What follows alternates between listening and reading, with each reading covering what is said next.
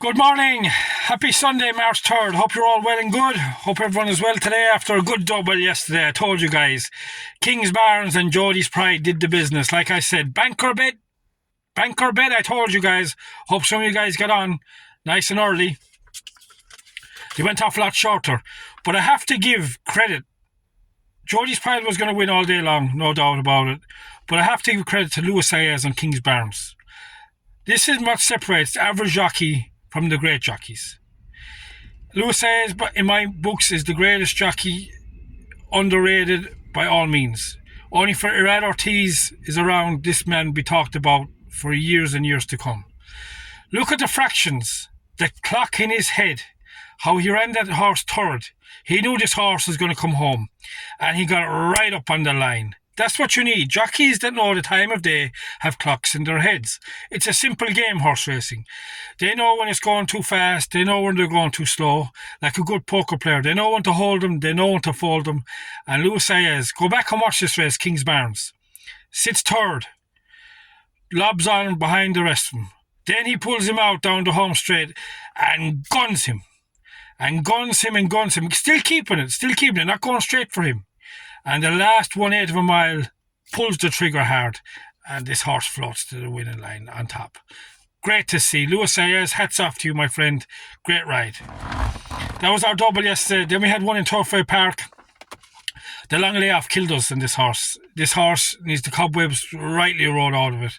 And I think next time, keep this horse in your tracker. This horse, the name of it now, Ready to Perform was the name of the horse. Keep this horse in your tracker. We'll be winning somewhere along the line again.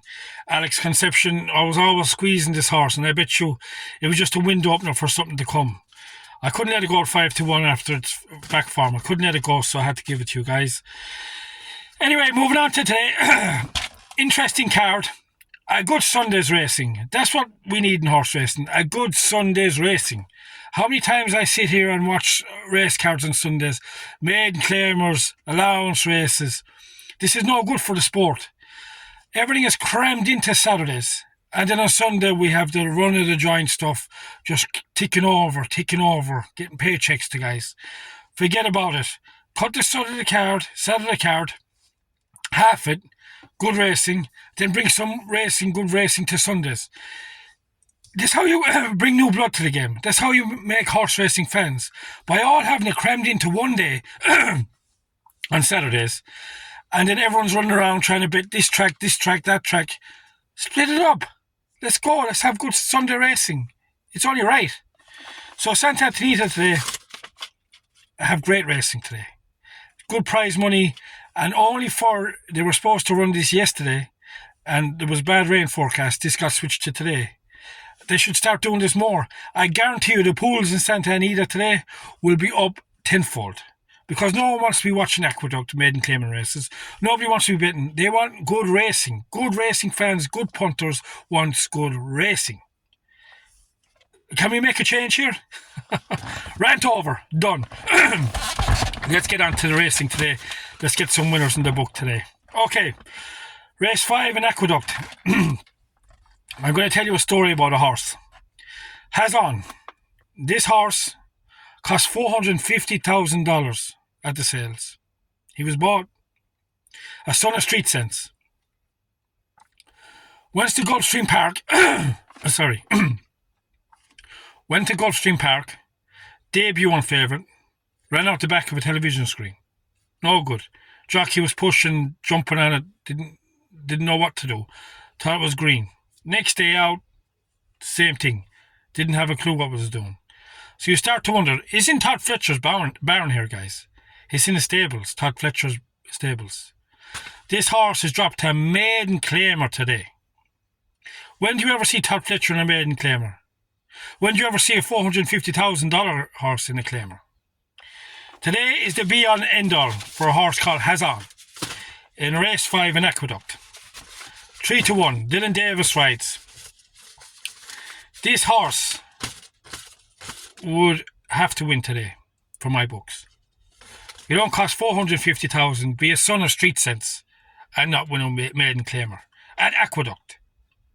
So for me, I've given this horse one last chance because I backed him on his debut November 19. I remember it well, 2023. So I'm giving one last chance today in Aqueduct.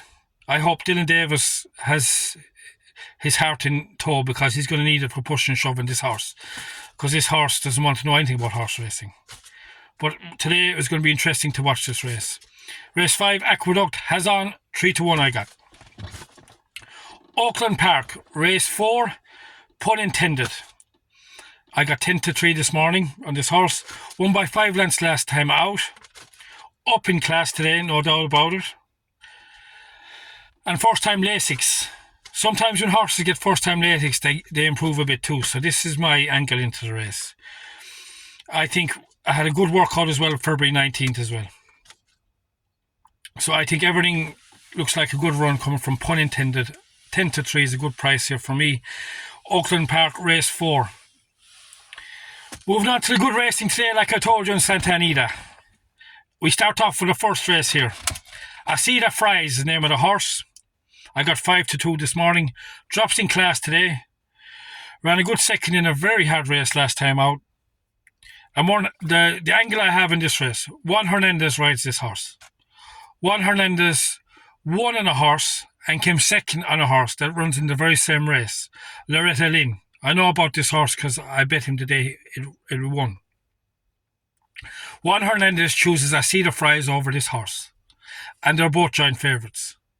So I hopefully, in my books, Juan Hernandez got his choice right, and I'll be going in the back of Juan Hernandez today. Acida Fries, race 1, Santa Anita, 5-2 got this morning. Moving on later in Santa Anita, I touched on the horse yesterday in Santa Anita in my video. It was a horse called De Jour. Has not raced in 4 months. Has a layoff to contend with, no doubt. But I think this has been the plan from a long way out from Bombafford. Flavian Pratt takes the ride here. Had a good workout February 24th. And I think 3-1 is a good value bet today in De Jour. I think he will do all the winning today in my books. Moving on to the last race in Santa Anita. Have a nice little underdog here. It might be a little underdog here for me. Bella Bill won last time out in a grade 3. I love the way the attitude this horse shown last time in a grade 3. Trainers winning at a 21% clip. That can't be understated at Santa Anita. That's a very hard place to win, and you have to have a good string of horses and know what you're doing to win at 21%. And I'm looking forward to a good run at 4-1. Bella Bill won last time out in a grade 3. I think if he reproduces that, it's a lot tougher, no doubt about it, this race. But I think with a bit of improvement, we'll get the job done today. And I'm looking forward to a good run at 4-1. Anyway, guys, enjoy your Sunday. Sorry about the rant. We had a good double yesterday. Hopefully this train keeps on rocking and rolling. And hopefully we'll bring home some bacon today.